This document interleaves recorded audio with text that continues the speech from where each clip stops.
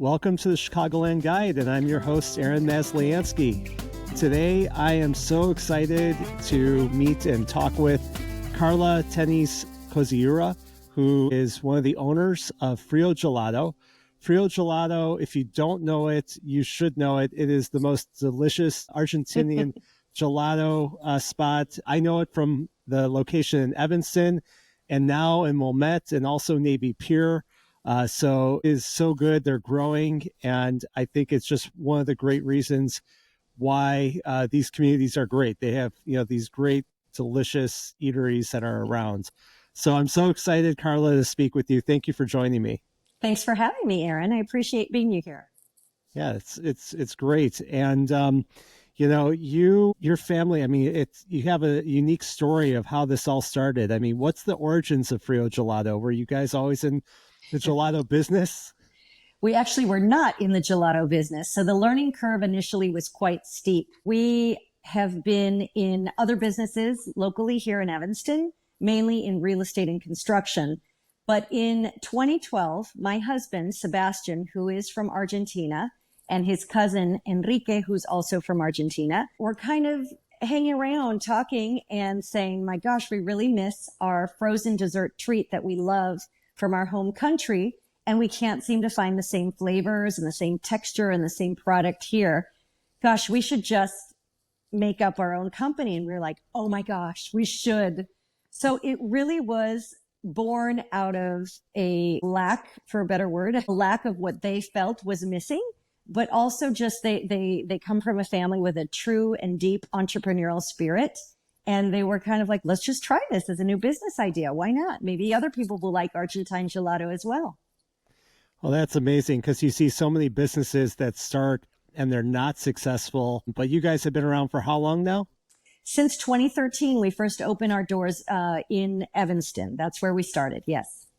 Well, it's a great testament to how delicious it is. What is different about Argentine gelato as opposed to ice cream or other types of gelato, Italian gelato? Well, first of all, let's talk a little bit about Argentina, history of Argentina, right? Argentina was a melting pot, exactly like the United States in the late 1800s and early 1800s. So you had a lot of people emigrating, leaving Europe and coming to America.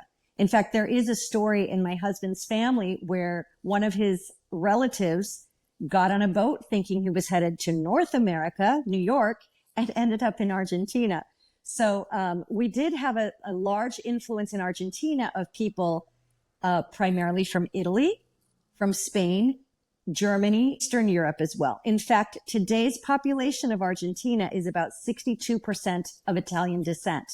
So that means that the Italian immigrants who went to Argentina took with them all of their gelato making traditions. So in Argentina, you can see a gelateria or heladeria, however you want to call it, almost on every street corner, and it's a huge part of the Argentinian tradition. So I felt like I needed to say that first to set the groundwork of why Argentine gelato. Why is that so popular? So right. It is, in fact, so popular that in Argentina, it's very common for you to order gelato to be delivered to your home on a motorcycle, very similar to like a pizza. It's not as common to buy ice cream or gelato in a supermarket because it's so readily available. And it's part of the tradition to just go to the local gelato store or to have it delivered. So having said that, we basically took the recipes from the Italians. And then in Argentina, there's new and different flavors, new and different fruits, new and different types of raw materials. We know that in Argentina, there's a huge cattle industry, a huge dairy industry. And that milk was very, very rich, and we were able to use that for the Argentine gelato tradition. In fact, dulce de leche, which is milk caramel, was invented in Argentina. The story goes, the folklore goes, that there was a woman who was cooking milk and sugar, and it kind of burnt or it got past what she wanted it to do, and it ended up being milk caramel. And so milk caramel comes from Argentina. And you will see that it's prolific in all of our flavors. Yeah, it's a delicious mistake. It's a delicious mistake, exactly. Yeah, that's for sure. And one thing too, like you talk about Argentina being a melting pot. My great grandfather actually came to America first via Argentina, from Oh, originally from Belarus. oh my So goodness. yeah, so That's so great. it's a small world. You have those roots then as well. I guess Yes. so, mixed in. Yes. Yeah, that's I great. don't have the gelato chops. You don't have the gelato chops. I'm actually not from Argentina. My family was from Ecuador and the United States, but I feel Argentinian, having been married into the family for 24 years and being part of the growth of FRÍO Gelato. Yeah, for sure you are. And you guys have opened locations in Evanston, Navy Pier, and Wilmette. So I can think of why these are great locations, but tell our listener here, why would you pick those spots to start up your store? Well, first of all, Evanston was a no-brainer because we live in Evanston. We've set up our roots here. And Evanston is also a community that really promotes local businesses, wants to support the small business owner. If you think about it, small businesses are the backbone of a community. It's what makes Evanston or any other community very, very unique. We don't have a ton of big chains here. And we have the residents who really want to support the local business because it really does put a different stamp and a different personality on Evanston or Wilmette, let's say. In addition, these communities do have a population that likes different and unique experiences and tastes. People who've maybe traveled or who would like to travel. Or in Evanston, we have Northwestern University that gives a great influence of people from all over the world. So you do see a mix of different types of restaurants, Ethiopian, Japanese, Chinese. We have a lot of Latin American type influence restaurants. So a place like FRÍO Gelato is like a perfect fit for the community. Now, Navy Pier is a little bit different. Navy Pier, you have people coming from all over the world to visit Chicago. So we thought, wow, we have a Chicago-based brand that we can promote at Navy Pier. The audience is different though, because they're not the loyal customers who are going to be repeat business. They might just be here for a weekend or a week on vacation. And Navy Pier is a great location to kind of just celebrate the differences, celebrate international flavors, international people who are visiting Chicago, and then also promoting a business that is born in Chicago. Oh, for sure. And I love your Evanston location. It's just being next to Blind Faith Cafe, one of my favorite restaurants. You're in the main Dempster Mile, which I know you have a big part in the business community there. But Navy Pier, that I would say is the number one tourist spot for all of Chicago. Now, Wilmette's a new location for you, and I was there for your grand opening. Yes. It was really fantastic. You had Argentine dancers, the ribbon cutting. I mean, you had a line out the door. Yes. There was music playing outside. It was just really like a home run for like what you think of like a small community, small town, downtown. Is that what you envisioned when you guys first opened up there? Well, thank you very much for saying that, because one never knows what to expect in a grand opening. I think the live tango dancers was a real plus. Tango, of course, is from Argentina, so we wanted to share a little bit more about the culture, not only in the gelato, but to bring in the dancers. And Wilmette is really bustling, booming downtown. They've done a great job in supporting the local restaurants there, creating a fantastic vibe. It's a place that is a destination, not just for people from Wilmette, but from the North Shore. So I did kind of expect that we would have a success, but of course, we also worked in conjunction with the Wilmette Kenilworth Chamber of Commerce, who was very, very supportive in helping us promote the business. That's what it's for. It's there to help all the local businesses, and we hope to be able to tie into a lot of their other activities as well there in Wilmette. Well, I think it's great because, I think back 10 years or so ago in Wilmette, it was kind of sleepy. You've had such a resurgence there with the restaurants. You have new apartment buildings that have been built a couple blocks away from you. You have the park across the street, and then you have a coffee shop next door. So right. I feel like, it's not just that you have a new business there, but you're enhancing the community. I could totally see you guys being involved with so many of the different events that they're going to have there, and you're close to the train station too. Yes, for sure. I mean, I think it's mutually beneficial. right? I mean, when you open a gelato store, you want to make sure it's in the right location. We all know in life and in real estate and in business, location, location, location, that is a very important factor. And I think we did kind of hit a home run there in Wilmette. And hopefully the community will continue to support us. Oh, I think they definitely will. I mean, I hope that you have enough staff to be able to handle all the business there. Yes. Thank you.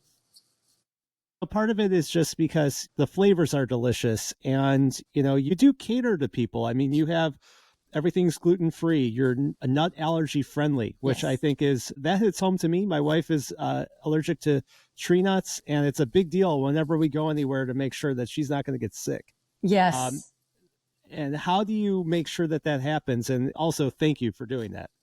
Yeah, well, we wanted to make the gelato, even though it's Argentine in nature, but we wanted it to be universally accepted, right? And so we talk about the 3 A's in our business. We are Argentine, number 1. Number 2, we're artisanal. We use very high quality, supreme raw materials for our gelato. We use real fruit. We don't use any artificial sweeteners. In fact, our banana gelato is great because there's no artificial yellow dye in it. Our avocado gelato is made from real avocados, and we only make that as a special flavor in the month of May when avocados are plentiful and not as expensive. And the 3rd A is allergen friendly. So we do have a lot of friends with kids who have allergies, like you mentioned. And we just wanted to make sure that this was a place that could be open to everybody. And the way we ensure that our process is allergen friendly from the beginning is we've got controls in place in our kitchen. We source all our materials from places that are allergen friendly as well. And then, of course, we in the stores try to eliminate cross-contamination by using different spoons for whatever we're serving, etc. So we're always there to please. Yeah, no, it takes extra work, but I think it's important. You go to some places and there's no attention to that, but you guys do it. And I think that that's a great reason for people to really support you. Thank you. You're welcome. And you have over 20 flavors. You've got, like you mentioned, dulce de leche, and, all these different ones that you come up with. How do you create these flavors? Are you guys constantly testing them? We kind of are. It's kind of fun in the office, in the kitchen, because we're like, okay, what are you trying today in the kitchen? Let's try it. And then we give the thumbs up, thumbs down. We do market research though, which means going to Argentina and checking out what are the latest flavors down there, because we do want to keep current with what is going on in Argentina as well. You go down there and you have a whole separate menu just for dulce de leche flavored gelatos that could be like 10. Dulce de leche with nuts, dulce de leche with dulce de leche swirl, this. So, we can't have that many dulce de leches here in the United States. But what we do is, of course, we're trying to come out with a new and different flavor of the month, every month. Some of those are on repeat because they are favorites for our customers. But a lot of times it's just like, okay, our kitchen chef and staff kind of just says, I've been thinking about this, or I heard of this. Let's try that. For example, for a Northwestern event once, they wanted a purple gelato. Well, it needed to be natural. It couldn't be a fake dye. And so we used that purple root. I can't think of the name, but we used that as a base and we made the purple gelato for this Northwestern event. And so we're just kind of always moving and grooving in the kitchen. Is that made in the Evanston location? The gelato? Our Yeah. production kitchen is in Evanston. It's not at the location. It's a different location. We are located on Simpson Street in the middle of Evanston. We have a production kitchen. We have our offices here. And from here, we distribute out to all of our stores. Okay, that makes sense. I was wondering where you had space for it. Yeah. It's in a different location than Evanston store, retail store. Must be fun to be a tester. Yes. For some reason, though, I have just loved chocolate, just straight chocolate lately. And it's just so simple, but it's so delicious. Yeah, I'd have to agree. Sometimes those simple flavors are the best. And that might be the best marker for comparison to other flavors if you just go back to the basics, the vanilla, chocolate, strawberry. Now, for the chocolate, we have a gelato version, which is dairy-based, and we also have a sorbet version, which is water-based.